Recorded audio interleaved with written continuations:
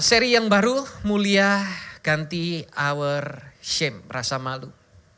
Hari ini kita akan ketemu dengan seorang yang bukan hanya sembunyi di balik pohon. Tadi pagi saya cerita tentang kejadian pasal yang ketiga, Adam dan Hawa jatuh dalam dosa, sembunyi dari hadapan Tuhan. Nah, ibadah yang kedua saya akan cerita bahwa seseorang yang sembunyi, tetapi sembunyi itu sudah jadi identitasnya. Sembunyi itu bukan cuma tempat singgah, tetapi sudah alamat tetap. Dia nggak sembunyi sehari dua hari, tapi dia sembunyi untuk menyelamatkan kehidupannya bertahun-tahun. Bahkan tempat persembunyiannya itu menjadi tinggal rumah permanennya. Dan pertanyaan saya untuk saudara semua, pernah nggak saudara ada dalam satu fase dalam kehidupan, dan akhirnya saudara berkata bahwa ya memang levelku di sini. Ini memang tempatku seperti ini. Tuhan sudah membawa untuk aku memang settle di sini, tinggalnya di sini, bukan di sana, tapi di sini. Karena ada orang yang bukan cuma sembunyi dari Tuhan, tetapi ada hari ini dari antara kita yang sembunyi dari versi terbaik yang seharusnya Tuhan ciptakan kita untuk jadi yang lebih baik. Harusnya kita menjadi the best version of ourselves, tetapi kita choose to settle di tempat yang seharusnya kita nggak ada di sana. Maka dari itu saya ingin ajak saudara untuk kita buka Bible di 2 Samuel pasal yang ke-9. Dan sebelum saya baca ayatnya, saya ingin cerita kepada saudara tentang konteksnya. Saudara tahu kalau di zaman kerajaan di perjanjian lama, ketika a new king is appointed, raja baru ditabiskan, maka yang pertama kali dilakukan sama raja adalah menghabisi semua keturunan previous king. Jadi anggota keluarganya raja sebelumnya itu dihabiskan. Kenapa? Karena jaga-jaga jangan sampai nanti raja sebelumnya gak terima, terus mau rebut kembali tahta raja yang existing yang sekarang sedang naik. Ini adalah culture, adalah budaya. Nah, di 2 raja-raja pasal ke-10 ada raja baru. Namanya Yehu. Ya, begitu dia naik tahta, dia tidak hanya minggirkan raja lamanya, tapi dia menghabisi 70 anak dari keturunan raja yang lama. Gone, literally habis, tidak ada satupun yang disisahkan. Karena ini adalah standarnya, ini adalah budayanya, ini adalah normal pada waktu itu. Pergantian kekuasaan, selesai hidup yang lama. Bersih sampai akar-akarnya. Biar gak ada yang nantang kemudian berikutnya. Kayaknya agak dejavu ya. Hari-hari ini kayaknya banyak yang ketangkap bersih-bersih dari apa yang terjadi di kemarin-kemarin. Dan 2 Samuel ini adalah Daud. Daud punya alasan penuh untuk dia bisa melakukan hal yang serupa dengan custom budaya-budaya kerajaan sebelum dia. Yaitu menghabiskan keturunan Saul.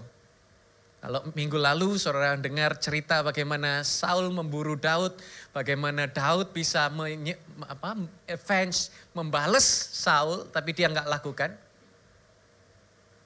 Dan dia nggak cari cara untuk balas dendam.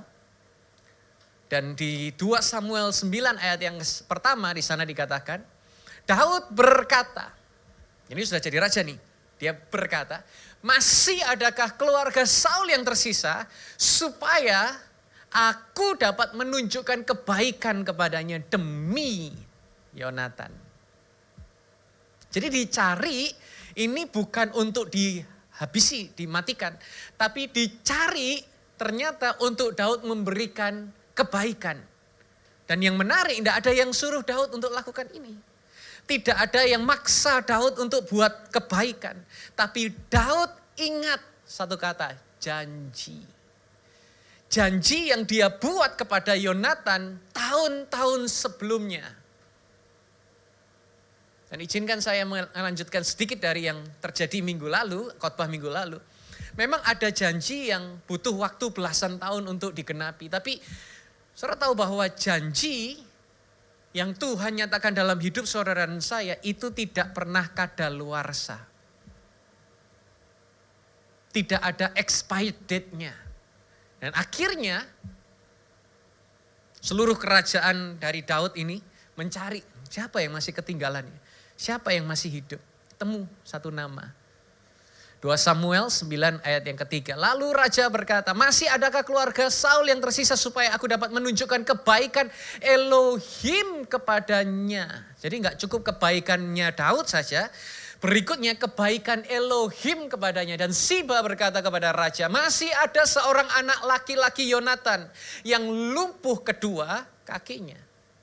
Raja bertanya kepadanya, di manakah ia? Jawab Siba kepada raja, ia ada di rumah Mahir, anak Amiel di Lodebar. Saya begitu dengar kata Lodebar, penasaran, apa ini nama kok asing, aneh gitu kan. Saya cari historical backgroundnya apa, bahkan sampai saya AI saudara. Karena gak nemu, apa Lodebar ini. Ternyata saudara tahu Lodebar apa? Lodebar itu tempat yang no meaning. Tempat yang gak ada apa-apanya. Tempat yang dilupakan. Tempat tanpa masa depan. Tempat yang hampir dikata gak eksis. Itu adalah Lodebar. Dan kenapa ini menarik? Kenapa sih Mephiboset ini ada di tempat yang semua orang lupakan? Gimana dia bisa sampai di sana? Gimana dia akhirnya sembunyi di sana? Dan waktu Saul selesai menjadi raja, Yonatan ayahnya juga sudah meninggal. Berita kekalahan Saul ini kan tersebar luas di negeri Israel pada waktu itu. Semua panik. Musuhnya menang. Dan siapapun yang terhubung sama keluarga raja itu akan jadi target untuk di bumi hanguskan gitu kan. Nah pengasuh Mephiboset, ART-nya itu, mbaknya gitu mungkin. Dia panik gitu, lari, digendong, ini anak masih kecil, dia lari, akhirnya semburat semua, panik dengan keadaan chaos, menyelamatkan diri masing-masing, dan mungkin entah gimana tersandung atau kena batu atau apa, jatuh.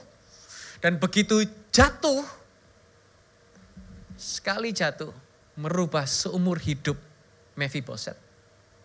Entah kena kepalanya, bocor atau seperti apa sampai kok lumpuh kakinya. Gak tahu apa yang terjadi, tetapi detik itu, satu kali jatuh, seumur hidupnya berubah.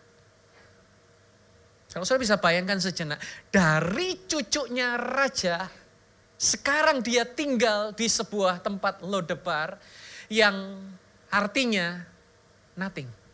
Gak ada artinya, kayak terlupakan. Ini Mephiboset gak memilih loh untuk ada di tempat itu karena kakinya lumpuh. Dia cuman digotong dan dia cuman pasrah.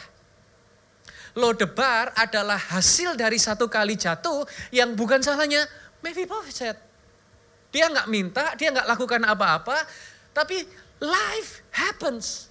Kehidupan terjadi dalam Mephiboset dan dia lumpuh dan akhirnya dia harus tinggal di sebuah tempat yang namanya Lodebar.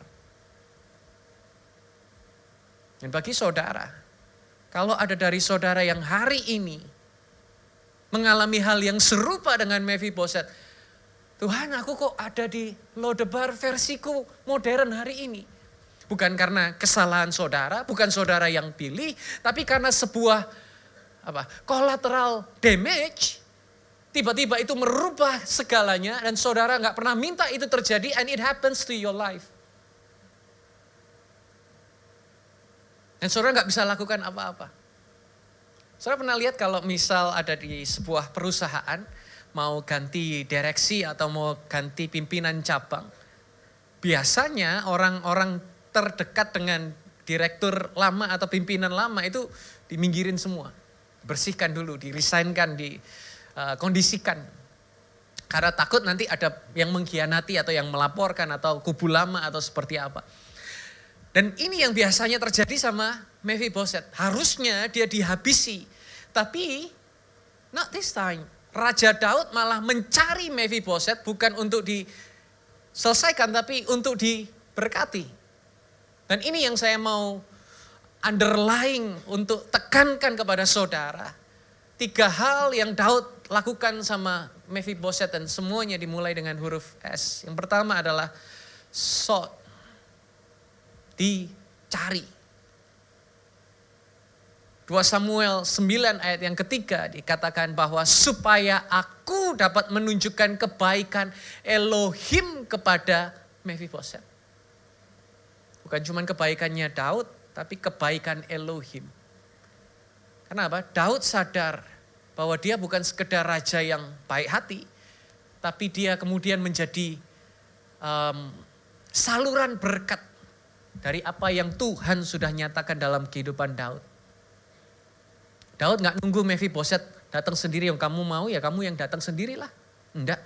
Tapi dia kirim orang untuk cari Mephiboset sampai ke Lodebar, tempat yang terlupakan sekalipun.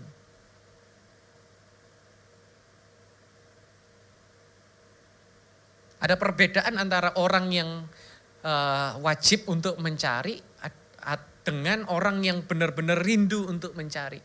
Satu kali saya pelayanan, kemudian ada yang konseling, dan sebegitunya saya mengasihi orang tersebut sampai kadang habis pelayanan di hari Minggu gitu ya, pagi Senin saya sudah jalan pagi sama orang ini dengerin dia konseling. Cerita panjang lebar tentang kehidupan, tentang kondisi dan lain sebagainya. Tapi ada momen-momen di mana saya sama-sama melayani, tapi saya tunggu di kantor gereja. Satu nyari karena kewajiban, satu karena saya sudah janji dan memang hati saya peduli. Yang satu berhenti karena ya sudah batas minimal, tapi yang satu benar-benar reach out, mencarinya itu sampai sebegitunya. Kenapa saya cerita ini? Karena bagi saudara yang hari ini merasa terlalu jauh dari Tuhan, udah terlalu lama meninggalkan gereja, sudah terlalu runyam masalah dalam kehidupanmu, ketahui bahwa Tuhan sedang kirim saya untuk Tuhan mau cari saudara.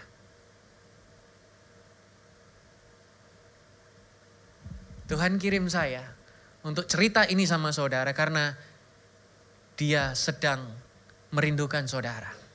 Karena dia bukan tipe pribadi yang cuma nunggu di altar, tapi dia milih untuk datang ke Lodebar, tempat yang paling terlupakan, tempat yang paling tidak pernah terlihat siapapun, tempat yang kita kira gak ada yang akan pernah mencari, dan dia mencari sebegitunya untuk setiap pribadi yang Tuhan kasihi.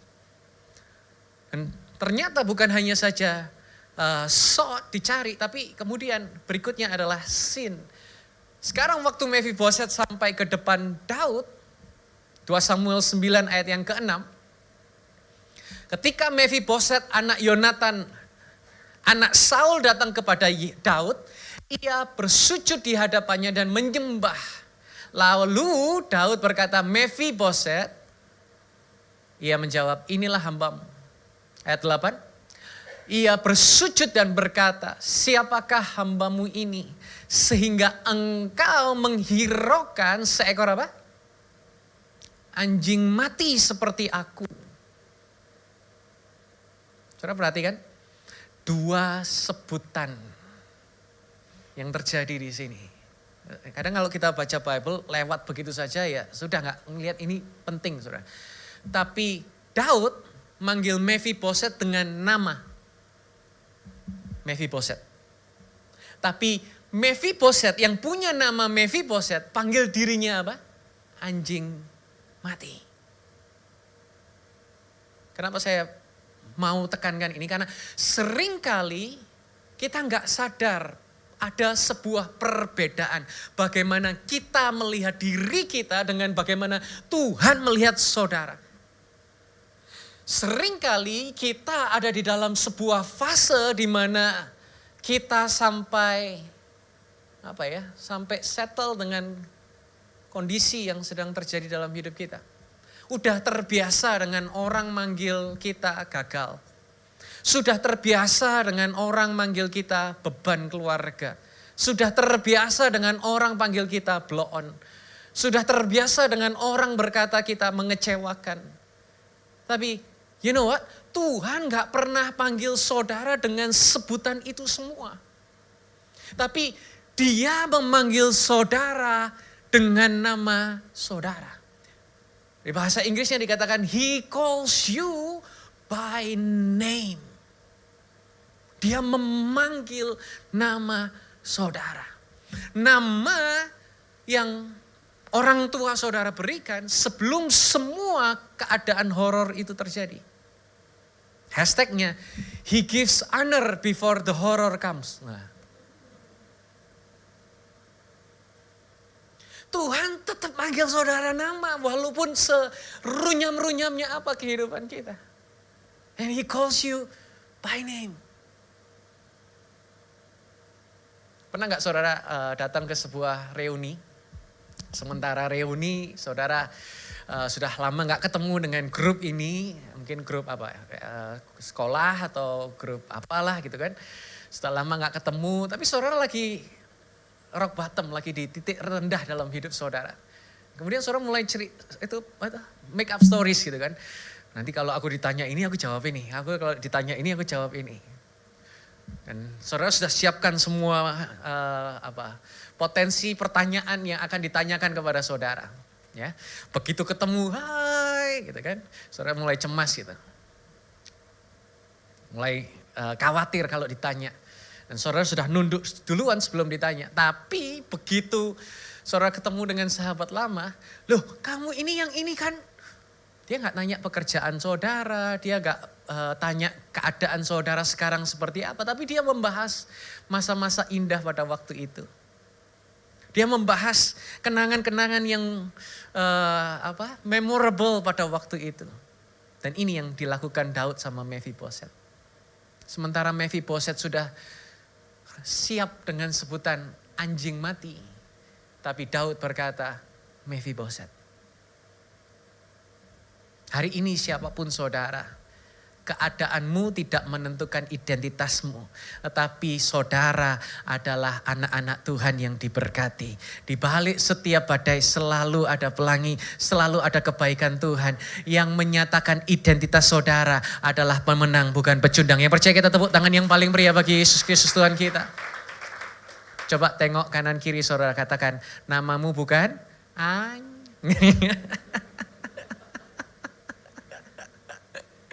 Bercanda ya saudara ya. Saudara pribadi yang punya nama.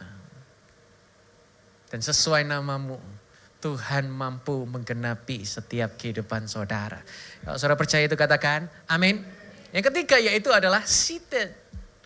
2 Samuel 9 ayat yang ke-7, Daud berkata kepadanya, janganlah takut karena sesungguhnya aku akan menunjukkan kebaikan kepadamu. Karena ayahmu Yonatan, sebab aku akan mengembalikan kepadamu semua, bukan setengah, bukan seperempat, bukan satu, tapi semua tanah kakekmu Saul. Lalu engkau dapat makan hidangan di mejaku sekali. Enggak, terus menerus saudara. 11 Siba berkata kepada raja, hambamu akan melakukan sesuai dengan semua yang Tuhan raja perintahkan. Dan mengenai Mephiboset, raja berkata, ia akan makan hidangan di mejaku seperti salah satu dari anak-anak raja. 13, Mephiboset tinggal di Yerusalem. Karena ia terus makan di meja raja dan lumpuh pada kedua kakinya. Dan lumpuh pada kedua kakinya. Ternyata dia pindah ke istana raja, kakinya enggak dioperasi terus bisa jalan lagi. Tetap dia lumpuh. Tapi yang menarik yaitu adalah sekarang dia bukan lagi di Lodebar. A place without a name, sebuah tempat tanpa nama, bukan. Walaupun kakinya tidak pernah sembuh, walaupun pada akhir hidupnya dia tetap lumpuh, tetapi posisinya berbeda total. Kakinya sama, mejanya beda. Hari ini, Berkat Tuhan atas hidup kita, itu enggak nunggu kita sembuh dulu. Enggak nunggu masalah kita selesai dulu. Tapi Tuhan sudah menyediakan sebuah tempat bagi kita duluan. Sebelum kaki kita sembuh, sebelum hati kita dipulihkan, sebelum keadaan kita lebih baik. Bahkan kadang yang terjadi adalah kaki kita nggak akan pernah sembuh. Ada momen-momen dalam hidup kita yang nggak akan pernah bisa kembali seperti sedia kala. Seperti yang kita bayangkan. Seperti yang kita gambar dalam pikiran kita. Tapi yang terjadi adalah Tuhan posisikan saudara dan saya duduk di meja yang Tuhan sudah siapkan secara permanen.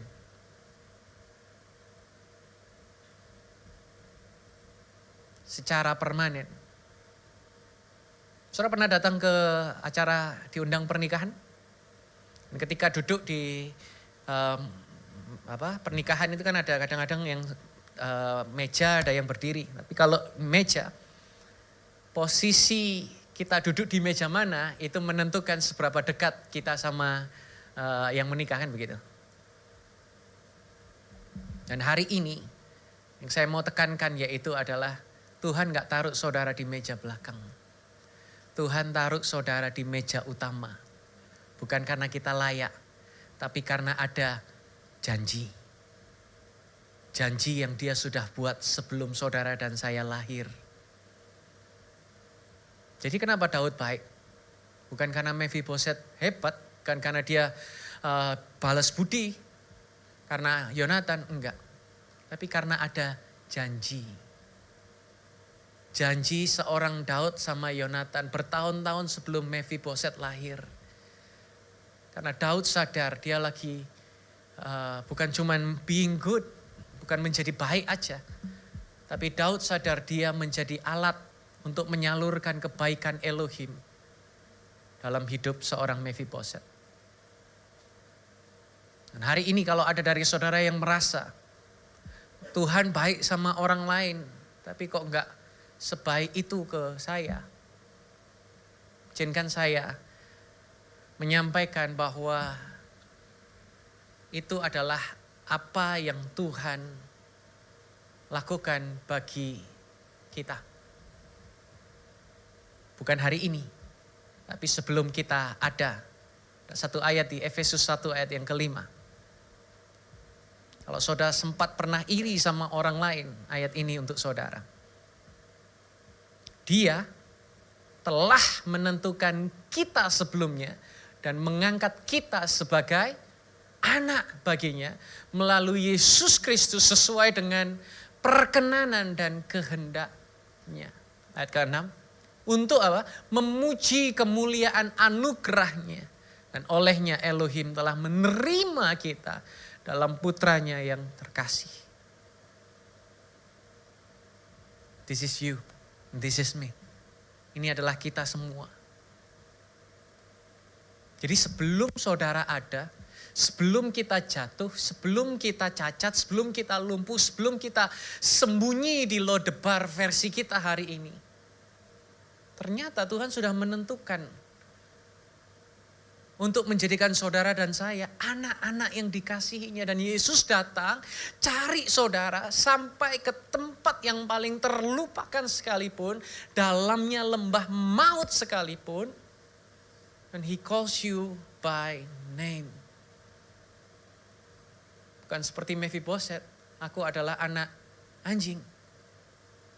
Tapi Yesus calls you by name. Nama. Bukan cuma nama, tempat duduk. Bukan cuma tempat duduk, meja yang disediakan di hadapan Bapa. Bukan karena kita sudah baik-baik saja, tapi karena Dia yang berjanji itu setia dalam hidup saudara dan saya.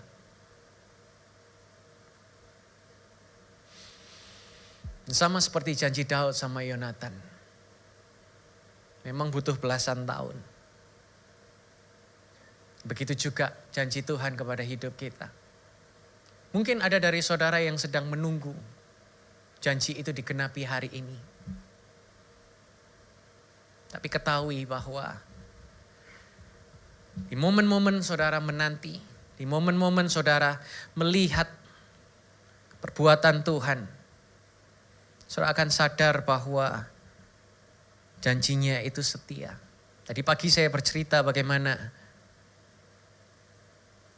Adam pertama kali jatuh dalam dosa. Tuhan berjanji di mana akan ada diremukkan si jahat. Dan sampai akhirnya Yesus mati di kayu salib.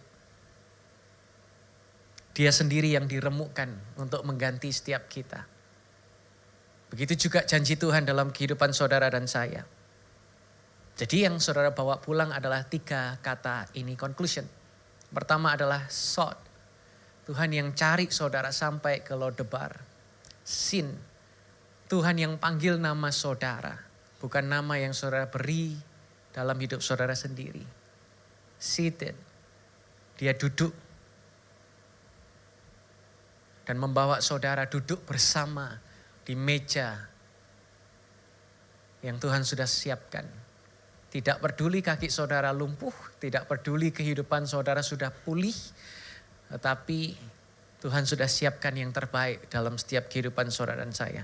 Ada sebuah quote yang bagus berkata begini. Your legs don't have to change for your seat to be permanent. Kaki kita gak perlu berubah supaya tempat kita itu permanen. Karena saudara dipanggil sebelum saudara hancur. Saudara didudukkan sebelum saudara dibereskan. Ini anugerah yang Tuhan mau nyatakan dalam setiap kehidupan kita. Dan hari ini, mungkin saya jadi Siba. Bilang sama saudara, tidak perlu tinggal di Lodebar lagi. Tengok kanan kiri katakan, tidak perlu tinggal di Lodebar lagi.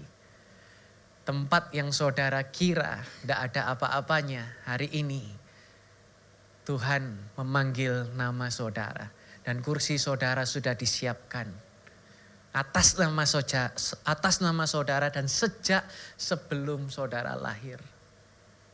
Maka dari itu, Efesus 1 ayat 5 dikatakan, Dia telah menentukan kita sebelumnya dan mengangkat kita sebagai anak baginya melalui Yesus Kristus sesuai dengan perkenanan dan kehendaknya. Siapapun saudara hari ini, jangan kembali ke Lodebar lagi.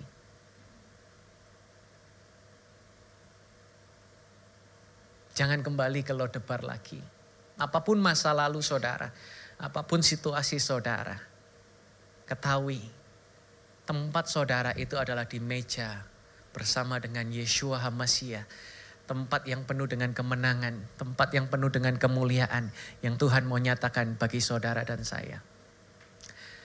Saya masih punya waktu, saya mau tampilkan saudara sebuah lagu yang ditulis oleh istri. Judulnya adalah Jejak Masa Lalu. Karena setiap kita punya jejak masa lalu. Tetapi Tuhan bisa ubahkan setiap masa lalu kita mendatangkan kebaikan. Silakan saksikan tayangan ini.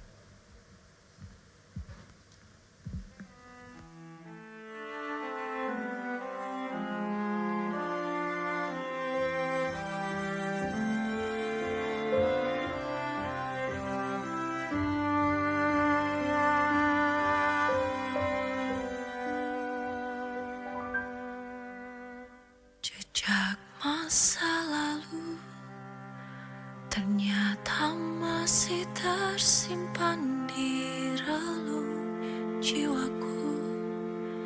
Bayang kelam datang menyapa dalam renungku. Dalam hatiku bertanya, apa arti hidup ini?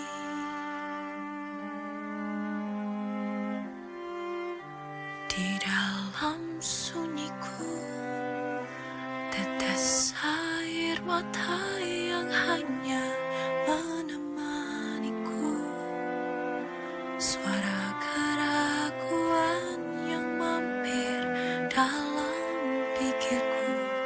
Dapatkah Tuhan menemuiku?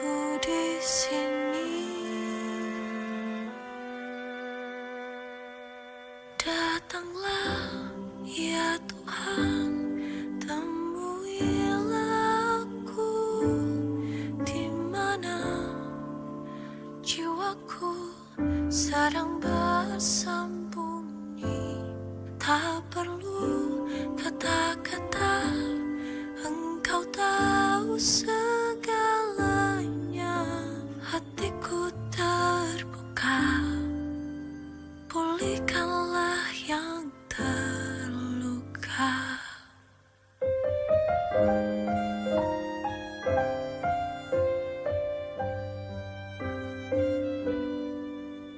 Di dalam sunyiku, tetes air mata yang hanya menemaniku. Suara keraguan yang mampir dalam pikirku. Dapatkah Tuhan menemuiku di sini? Datanglah ya Tuhan, temuilah aku di mana jiwaku sedang bersembunyi. Tak perlu kata-kata, Engkau tahu segalanya.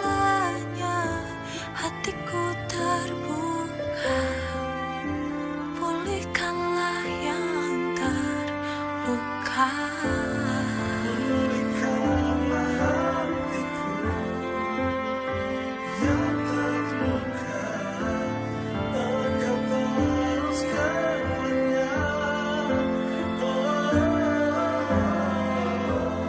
Yang hilang kau temukan,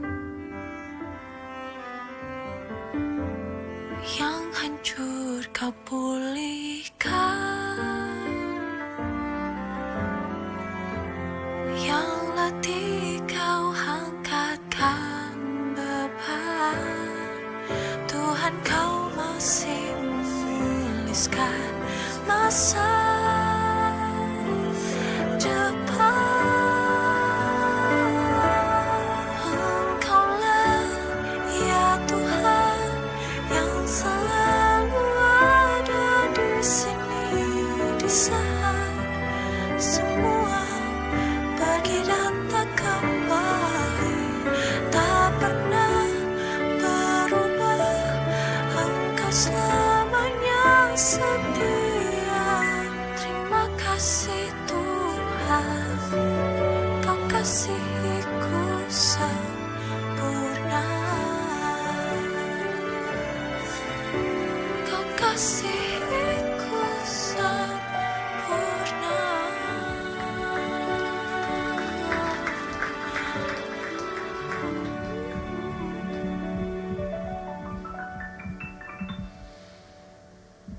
Ya, siapapun kita pernah alami jejak masa lalu.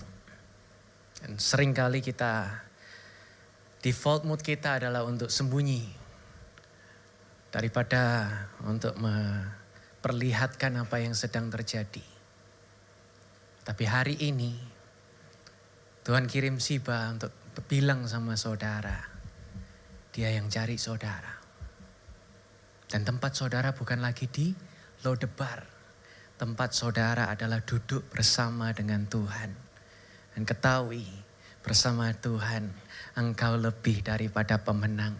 Ada mujizat, ada perkenanan. Setiap rasa malu kita Tuhan ganti dengan kemuliaan yang penuh dengan keajaiban. Yang percaya kita tepuk tangan yang paling meriah. Saya undang worshiper untuk maju ke depan. Siapapun saudara hari ini,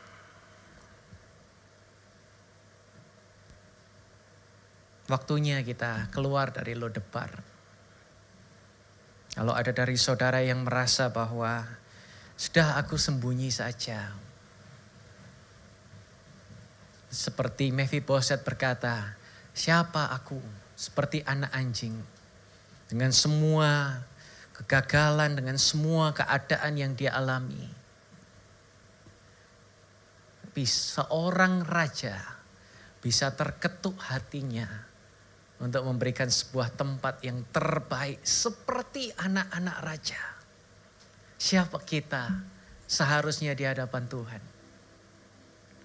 Tapi hari ini melalui pengorbanan karya Yeshua HaMashiach, dia memastikan kita nggak lagi ada di Lodebar.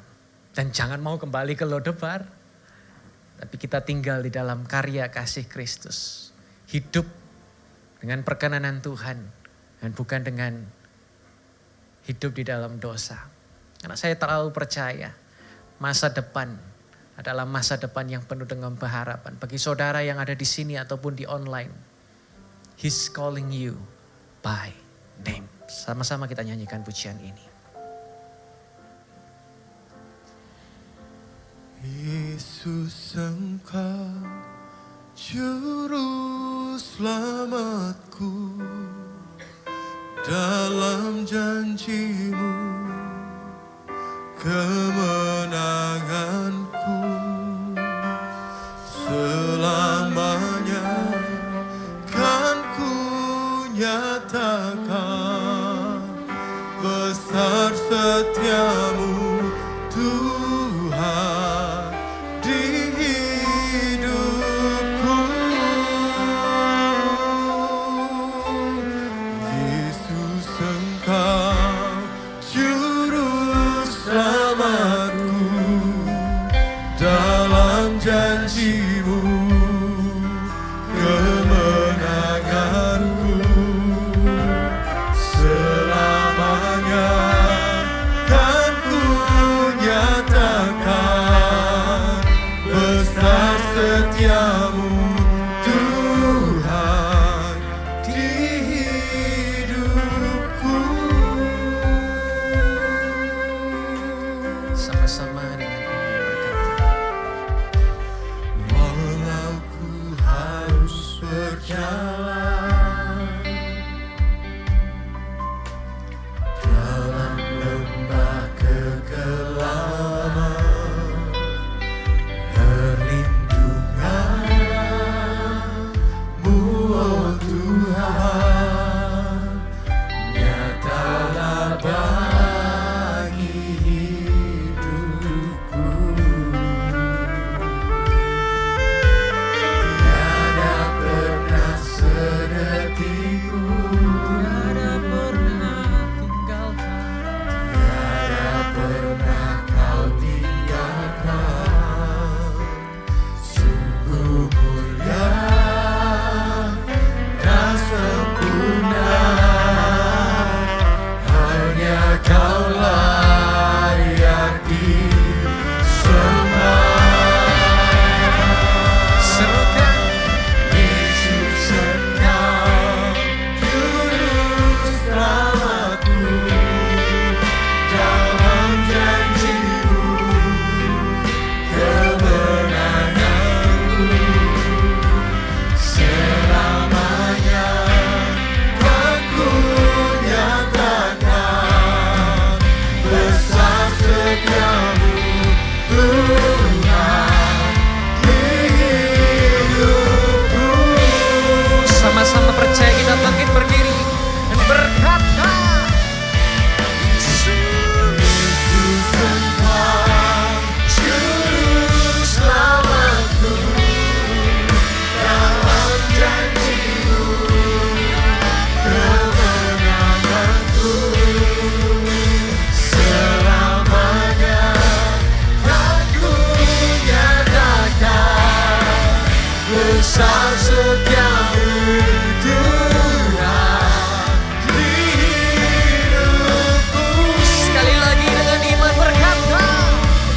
Yesus, Engkau juru selamatku, dalam janji-Mu kemenanganku, selamanya kan ku nyatakan besar setiamu Tuhan di hidupku. Besar setiamu Tuhan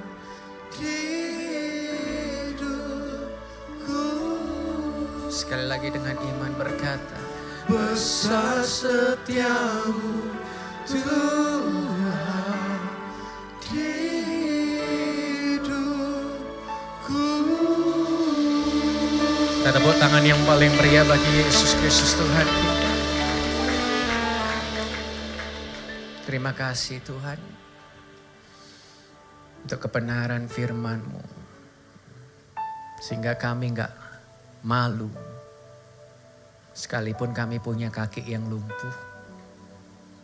Sekalipun hidup kami enggak sebaik orang lain. Sekalipun hari ini kami mungkin terpuruk. Sekalipun kami dikecewakan.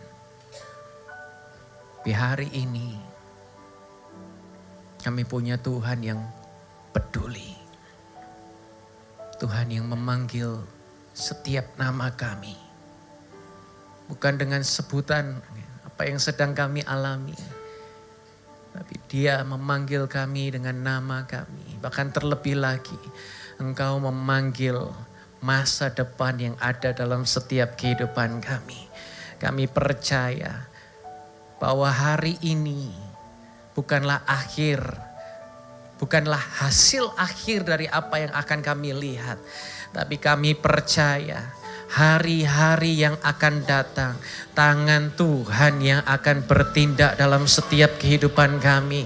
Tangan Tuhan yang akan menulis setiap jalan cerita kami. Sekalipun kami lumpuh, tapi kami akan duduk bersama dengan Raja. Kami akan melihat bahwa semua apa yang telah pernah hilang, Tuhan akan mampu untuk pulihkan lagi. Bukan hanya satu, bukan hanya setengah, tetapi semua apa yang dulu pernah terjadi, Tuhan akan kembalikan. Bahkan Tuhan akan lipat kali gandakan. Yang baik, yang terbaik Tuhan curahkan dalam setiap kehidupan kami. Ayo bersyukur Tuhan untuk pengharapan dalam, karena kami tahu bahwa Lodebar itu bukan tempat kami. Roh Kudus buat kami gak lagi tertarik sama Lodebar. Tapi buat kami tertarik untuk duduk di meja Raja serupa dengan Kristus. Hari-hari kami menjadi seperti Kristus. Kiranya Tuhan meteraikan kebenaran firman ini dalam loh hati kami. Sehingga kami bukan hanya menjadi pendengar, tapi kami menjadi pelaku kebenaran firman Tuhan. Kau memberkati sepanjang minggu ke depan apa yang anak-anakmu kerjakan. Tuhan buat berhasil, beruntung dan dimultiplikasi di dalam nama Yeshua HaMashiach. Percaya diberkati Tuhan, sama-sama kita boleh berkata amin. Silakan duduk saudara. Terima kasih telah beribadah bersama kami di YHS Media. Saya ingin memberi kesempatan bagi saudara yang rindu untuk menerima Yesus sebagai Tuhan dan Juru Selamat di dalam hidup saudara. Kalau ada dari saudara yang belum percaya, bagi saudara yang rindu, saudara dapat mengikuti dan mengucapkan doa ini bersama dengan saya. Tuhan Yesus, aku bertobat dari dosa-dosaku. Masuklah dalam hatiku, tinggallah dalam hatiku, dan jadilah Tuhan dan Juru Selamat dalam hidupku. Aku percaya Engkau telah mati bagi semua dosa-dosaku. Aku dibenarkan oleh darah Yesus. Hari ini aku telah menjadi ciptaan yang baru di dalam Yesus. Dalam nama Yesus aku sudah berdoa, aku mengucap syukur. Amin, amin, amin. Bagi saudara yang membutuhkan bantuan doa, saudara bisa menghubungi kami melalui nomor yang ada di bawah ini. Kami rindu untuk berdoa dan menjadi mentor bagi saudara. Yeshua HaMashiach, bless you.